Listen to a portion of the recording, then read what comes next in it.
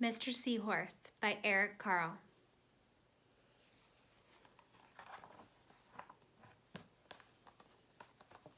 Mr. and Mrs. Seahorse drifted gently through the sea. Mrs. Seahorse began to wiggle and twist this way and that.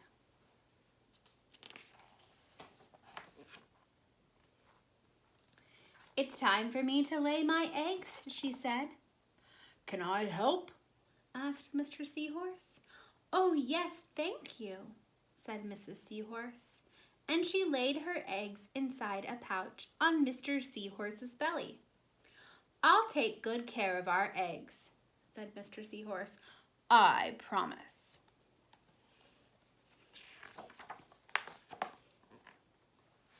As Mr. Seahorse drifted gently through the sea, he passed right by a group of trumpet fish hiding in a patch of reeds.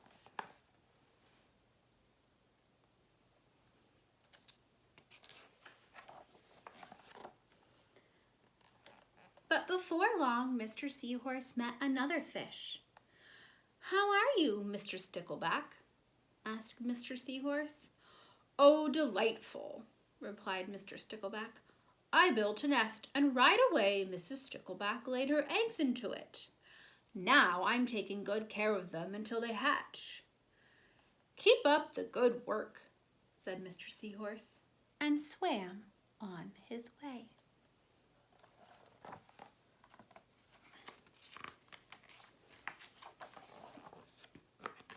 As Mr. Seahorse drifted gently through the sea, he passed right by a lionfish hiding in a coral reef.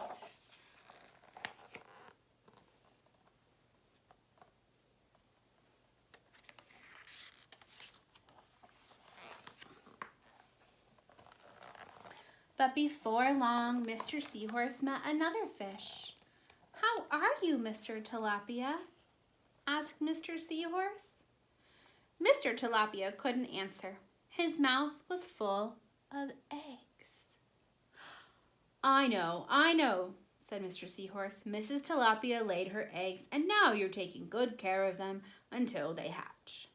Mr. Tilapia nodded his head.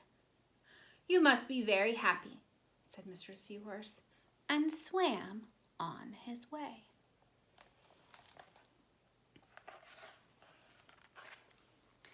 As Mr. Seahorse drifted gently through the sea, he passed right by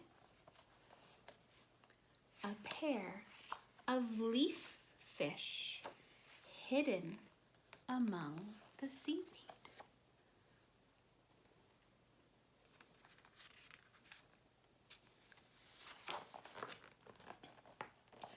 But before long, Mr. Seahorse met another fish. "How are you, Mr. Curtis?"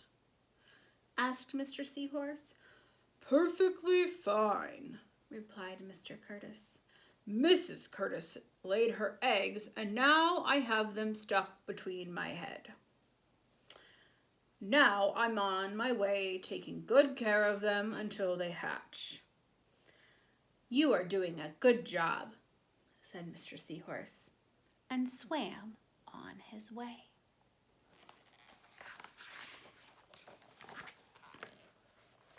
As Mr. Seahorse drifted through the sea, he passed right by a stonefish hiding behind a rock.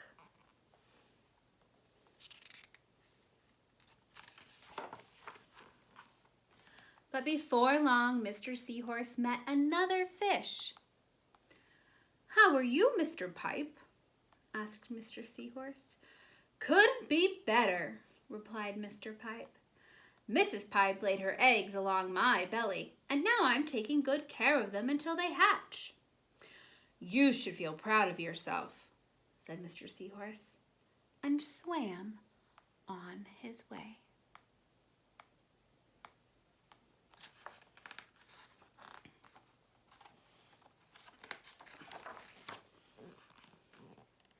But before long, Mr. Seahorse met another fish.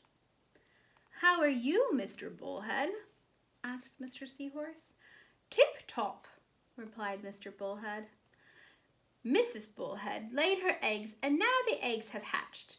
Now I'm babysitting." "You're doing a fine job," said Mr. Seahorse, and swam on his way.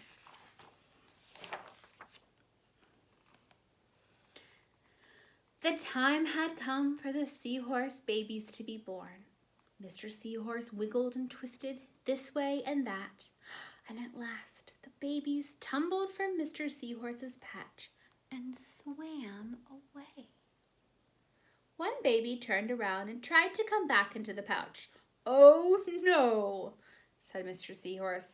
"I do love you, but now you're ready to be on your own."